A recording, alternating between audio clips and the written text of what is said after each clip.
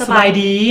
ขอต้อนรับทุกคนเข้าสู่แรงการเรียนรู้ด้วยตนเองเกี่ยวกับสุขภาพเจริญพันธุ์ทักษะชีวิตและการวางแผนครอบครัวเพื่อหลีกเว้นจากความเสี่ยงในการถือผาแบบบ่ตั้งใจ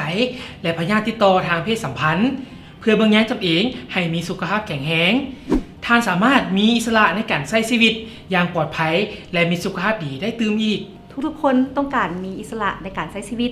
หลายๆคนก็ยังซอกวิธีทางที่มีชีวิตที่ดีขึ้นดังนั้นวิธีการวางแผนครอบครัว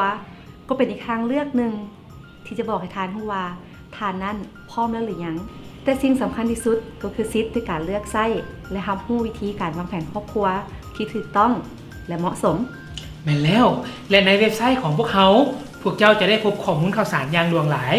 ที่สามารถนำพาบริทานเข้าสู่วิธีการต่างๆซึ่งมันเป็นประโยชน์สำหรับเจ้าและเจ้ายังสามารถซอกหาที่ปรึกษารวมทั้งสถานที่ที่สามารถช่วยเหลือเจ้าในเวลาที่จะต้องการถ้าสามารถปรึกษาหมอที่เชี่ยวชาญให้บริการเป็นมิตรปิดลับความเป็นส่วนตัวตามห้องกวดพยาธิเอกชนศูนย์ไว้นมและห้องหมอรัฐใกล้บ้านทานหรือทานยังสามารถโทรเข้าไปขอคำปรึกษาได้ที่เบอร์โทรศัพท์020 555 6617แม่นแล้วอย่าลืมท่านสามารถปรึกษาและติดตามพร้อมทางกดไลค์กดแชร์กดแบ่งปันเพื่อรับผู้ข้อมูลข่าวสารจากเว็บไซต์และแฟนเพจของพวกเขาอย่าลืมกดเด้อ